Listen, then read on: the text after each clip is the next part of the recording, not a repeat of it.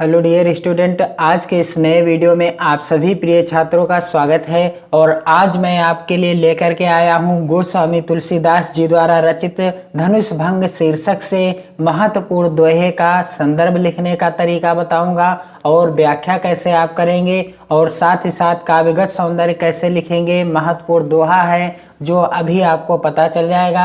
Video के अंत तक जरूर बने रहना है। लेकिन उससे पहले आपको मैं जानकारी दे दूं कि यहाँ पर जो आप देख रहे हैं दोहा, उदित उदय गिरि मंच पर रघुबर बाल पतंग, और यहाँ पर आप देख सकते हैं जो चौपाई दी गई है, काम कुसुम धनुष सायक लीन्हे, सकल भुवन अपने बस कीन्हे।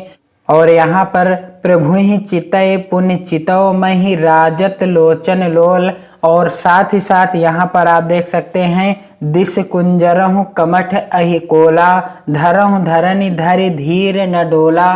और वन पथ पर शीर्षक से यहाँ पर आप देख सकते हैं, रानी मैं जानी अजानी महा पभि पाहन हूते कठोर हियो है। इन सभी का संदर्भ, व्याख्या और काव्यगत सौंदर्य मैंने लिख करके वीडियो अपलोड कर दिया है, जिसका लिंक वीडियो के डिस्क्रिप्शन बॉक्स में दिया गया है। आप वहां से देख करके अपनी बोर्ड परीक्षा 2021 की बेहतर तैयारी कर सकते हैं। हालांकि आपकी बोर्ड परीक्षा आगे को बढ़ गई है, परंतु आपको अपनी तैयारी को बेहतर ही रखना है, जरा भी ढिलाई नहीं करनी है। तो आइए, आज के महत्वपूर्ण दोहे का संदर्भ आप कैसे लिखेंगे, व्याख्या कैसे करेंगे और काव्यगत सौंदर्य कैसे लिखेंगे। और दोहा है, मोस्ट इम्पोर्टेंट दोहा है, जो कि 2018 की बोर्ड परीक्षा में आ चुका है। लिखा हुआ है, लखन लख्यो रघुवंश मणि, ताक्यो हर को दंडु, पुलक गात बो ले वचन, चरण चाप ब्रह्मांडु।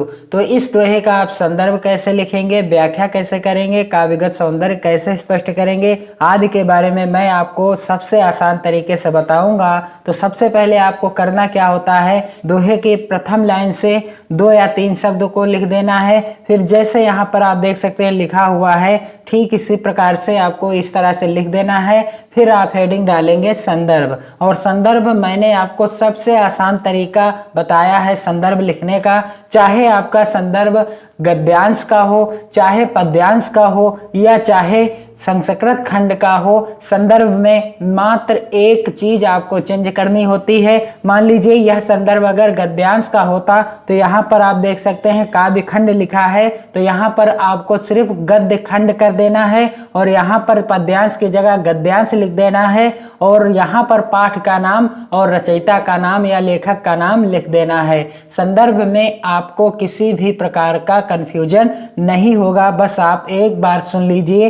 प्रस्तुत पद्यांश हमारी पाठ्य पुस्तक हिंदी के काव्य खंड के धनुष भंग शीर्षक से अवतरित है, और जिसके रचयिता गोस्वामी तुलसीदास जी हैं। धनुष भंग शीर्षक के रचयिता कौन हैं? गोस्वामी तुलसीदास जी हैं। बस आपको ध्यान क्या रखना है कि प्रस्तुत पद्यांश हमारी पाठ्य पुस्तक हिंदी, मैंने आपको हर वीडियो में बताया है, जिसमें आपको मैंने संदर्भ लिखने का तरीका बताया है या व्याख्या करवाया है, तो आपको जरूर बताया है कि आपको कहां पर ब्लैक यानी काले पेन का इस्तेमाल करना है और कहां पर नीले पेन का इस्तेमाल करना है संदर्भ लिखते समय, ताकि आपका जो संदर्भ के लिए निर्धारित नंबर है आपको जरूर मिल जाए।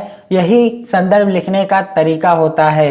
तो यहाँ पर आप देख सकते हैं हिंदी जो लिखा है इसे आप ब्लैक पेन से लिख देंगे, और काव्य खंड, अगर गद्य खंड होता तो गद्य खंड लिख देते। यहाँ पर आप काव्य खंड यानी कविता का, या आप कह सकते हैं दोहे का संदर्भ लिख रहे हैं, तो काव्य खंड के और पाठ का नाम क्या है? धनुष भंग। धनुष भंग शीर्षक से अवतरित है, और जिसके रचयिता कौन है? रचयिता का नाम भी आपको ब्लैक यानी काले पेन से लिखना है, गोस्वामी तुलसीदास जी हैं। और अब आपको मैं बताऊंगा इस दोहे की आप व्याख्या कैसे करेंगे, और सबसे आसान तरीके से पहले मैं आपको बताऊंगा, फिर आपको बताऊंगा कि आप लिखेंगे कैसे इस दोहे की व्याख्या। लखन लख्यो रघुवंश मणि, ताक्यो हर को दंडो पुलकी गात बोले वचन चरण चापे ब्रह्मांडो। क्या हो जाएगी इसकी व्याख्या? लखन लख्यो रघुवंश मणि ताक्यो हर को दंडो। गोस्वामी तुलसीदास जी कहते हैं कि जब लक्ष्मण जी ने देखा, लखन लख्यो लक्ष्मण जी ने देखा रघुवंश मणि यानी श्री रामचंद्र जी ने ताक्यो हर को दंडो, ताक्यो कहने का अर्थ है शिव जी के धनुष की ओर देखा है। क्या देखा है? जब उन्होंने शिव जी के धनुष की ओर देखा है, और वर्णन उस समय का है जब सीता का स्वयंवर हो रहा था और शिव जी का धनुष, जो कि राजा दशरथ ने प्रतिज्ञा की थी कि जो इसे तोड़ देगा सीता का विवाह उसी के साथ हो जाएगा। तो लक्ष्मण जी ने क्या देखा कि लखन लख्यो रघुवंश मणि ताक्यो हर को दंडो। लक्ष्मण जी ने देखा कि रघुवंश मणि यानी श्री रामचंद्र जी ने शिव जी के धनुष की ओर देखा है। तो क्या किया उन्होंने? क्या हुआ उनको? पुलक की गात बोले वचन चरण चाप ब्रह्मांड। और पुलक की गात बोले वचन, उनका शरीर अत्यधिक पुलकित हो उठा। क्या हो उठा? उनका शरीर खुशी के मारे अत्यधिक पुलकित हो उठा, प्रसन्न हो उठे और संपूर्ण ब्रह्मांड को अपने दोनों चरणों से दबाकर वह इस प्रकार बोले। तो ये हो जाएगी, इस तरह से हो जाएगी इसकी व्याख्या। अब कैसे आप लिखेंगे यहाँ पर आप देख सकते हैं।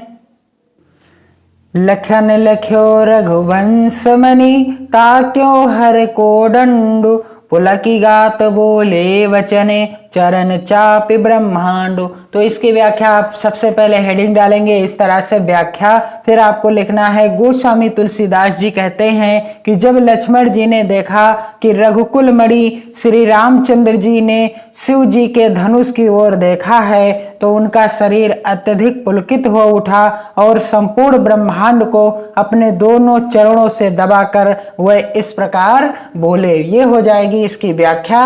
और आपको लिखना है काव्यगत सौंदर्य, हेडिंग डाल देना है काव्यगत सौंदर्य, और पहला ही बिंदु होता है जिसके बारे में व्याख्या की गई हो या जिसके बारे में वर्णन किया गया हो। पहला बिंदु है लक्ष्मण की सामर्थ्य का वर्णन किया गया है कि लक्ष्मण जी के पास कितनी सामर्थ्य यानी ताकत थी, उसी के बारे में वर्णन किया गया है। और भाषा क्या है इस पद्यांश की या दोहे की? अवधी भाषा है। और शैली क्या है? प्रबंध शैली है। और रस कौन सा है? वीर रस है। कौन सा रस है इस दोहे में? वीर रस है। और छंद कौन सा है? किस छंद में लिखा हुआ है? दोहा है, इसलिए दोहा छंद है। और यहाँ पर आप देख सकते हैं अलंकार कौन सा है इसमें?